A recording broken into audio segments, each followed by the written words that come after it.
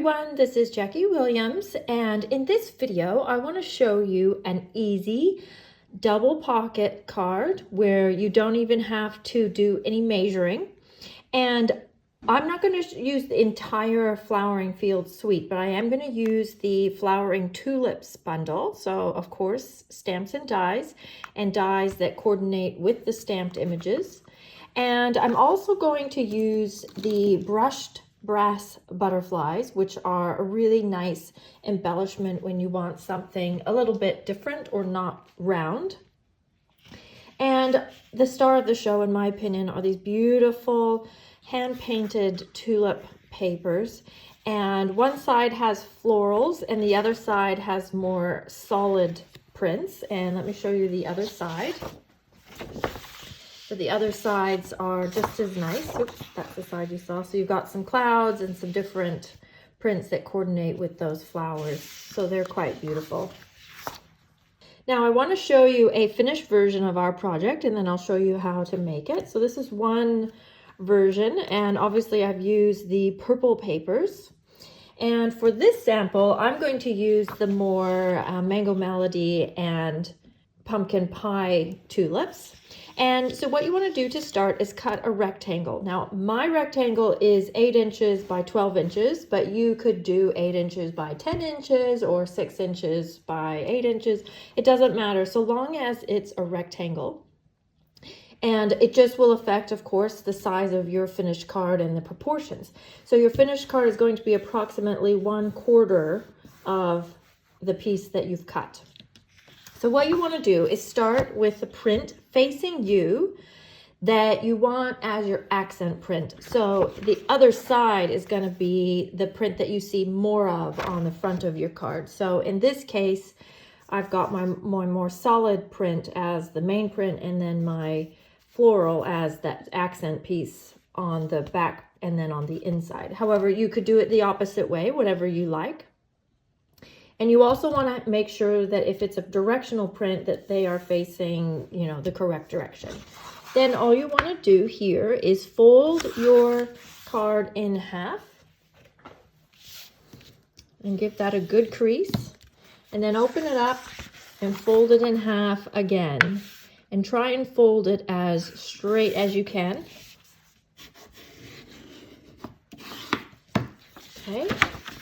So now you have a score line going here and a score line going across the middle horizontally.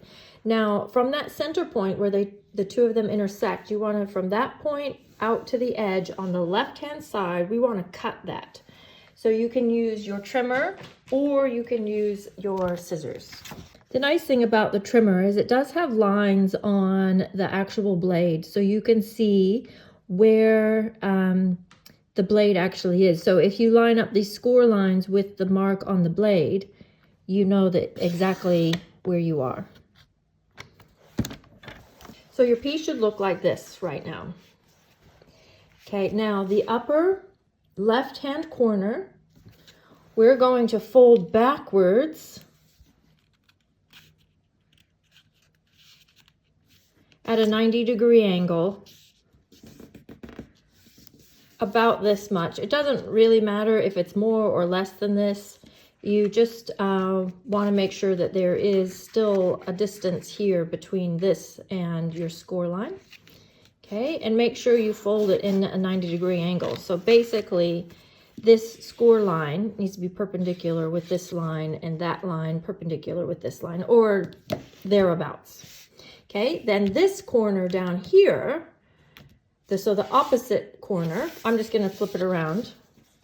This one we want to fold, but this time I want to fold it all the way to my score line. So I'm just going to make a little mark so I can see it better. So my score line is about here. I want to fold this so that this edge is just to my score line, maybe a fraction in front of it, but very close to the score line. Okay. Okay, now let's turn it around back up the right way. Now we're going to fold this piece in, and then we're going to fold this piece up, and then this piece folds back around. Now at this point, you do have some choices. You could adhere these together and just have a non-opening card that just has the tags in the front. Or you could leave that open like I'm going to for this sample, and so it's got tags in the front and it opens up like a card. Or you could even fold it this direction, but keeping in mind though, now your print is going to be upside down if you have a directional print. And you could have a card that opens up and then you've got your little tags and special folds on the inside of the card. So you've got some different ways that you can arrange this project. At this point, you could certainly adhere this together and decorate the front. I'm going to just add a few extra bits to this. I'm going to add some little borders on these crease lines here.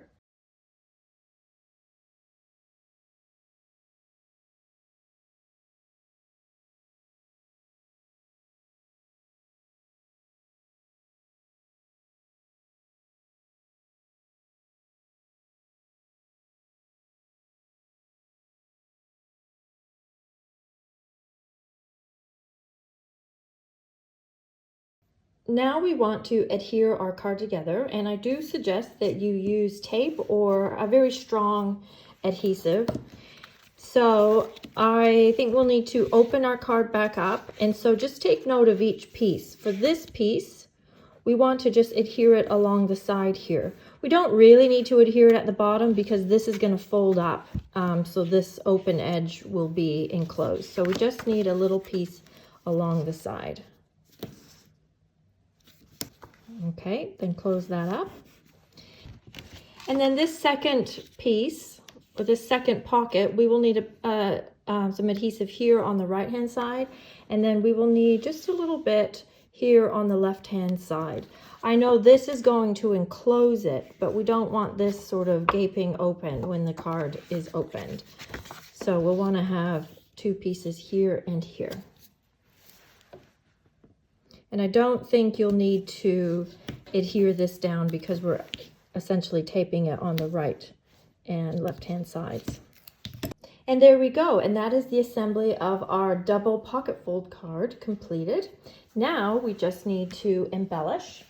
And what I want to do is start first actually with the tags, because these are quite fun and a little bit of an extra. So what I've done here is I have used the tailor-made tags dies, and I absolutely adore these dies. I think they're fantastic. They're standalone. They don't go with any stamp set, but of course they work in with virtually everything. Now this technique only works with this tag. It won't work that well with this particular style. So what I've done here is I've taken a piece of the designer series paper, folded it, and then I've taken the tag, I see it's just wide enough, and if you cut it, for example, like this, you're going to end up with two tags, right? But because I'm going to utilize that fold, and what I'm going to do is cut it so that this top part of the die is hanging up above the fold. Then when it's cut,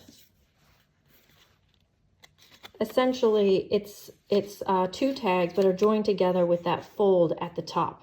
So that's a way that you can use any of your dies and make a folding card or little folding tag, even if it's not in a tag shape. And then what I did here is I just used my Simply Scored tool and just made a little score line on the front tag. And then what I'll do is actually adhere that closed. And then just adhere a little piece of white with some words inside. And I've just made then the tag into like a little card. And I will just use one of these little reinforcers. This die also comes in the set. In fact, I love that it cuts out 3 at a time. It's really quick, and it's a great way to just use up the little pieces. And then I'm going to tie my ribbon through. And I'm using the Whisper White seam binding ribbon here. Now I've already made this tag to fit in the back, so I've made a larger one to sit in behind. And this one I used just cardstock and then embossed it with that beautiful high folder, and then just put a little stamp piece inside too. So I can tuck that in the back pocket, and I'll tuck this one into the front pocket, and then you've got all the colors repeated and are beautiful, and you've got little kind of like mini cards. And then let's just embellish the front. Before I embellish the front, I'm just going to add a piece of white on the inside of my card, just as a place to write. And also, because this print has ended up upside down, it covers it. However, like I said, if you're using a print that has no direction, then it won't matter at all. Now let's just embellish up our front. So I've just got a piece of Evening Evergreen. My finished card is 4 inches across, so these are 4 inches. And I'm just going to mat that up onto the bottom, and then just using another print from that beautiful Flowering Fields set, the green. This one matches with all of the prints in that set. And then I have stamped the words from the Flowering Tulips set on Evening Evergreen, and I have die cut those with a brand new die set called Stylish Shapes. And this is one that I think should go maybe on your wish list if it isn't already, because it's just really general with the little banners and the squares and the circles, and all of them are stitched both on the inside and the outside. So very useful set of dies. I'm just making one tulip for this card, but there are 3 different versions in the die set. And so this is like the main part of the flower, and it's just going to fold in half like this. And then you have 2 pieces that go on the inside of the card, and you could just put them in with a glue dot or glue. I personally found I liked it better when at least one of them was on a dimensional. And so that little like heart-shaped one can go on a dimensional, and then this piece can go on with just some glue. And I'll just then close up the tulip with a little bit more glue. Now for this tulip, I thought that it might just be too much yellow on the front of the card. So I've gotten out my pumpkin pie ink pad and my pumpkin pie blending brush, and I'm just gonna add a bit of color to the top of my tulip, so at least there's some contrast with the rest of the card.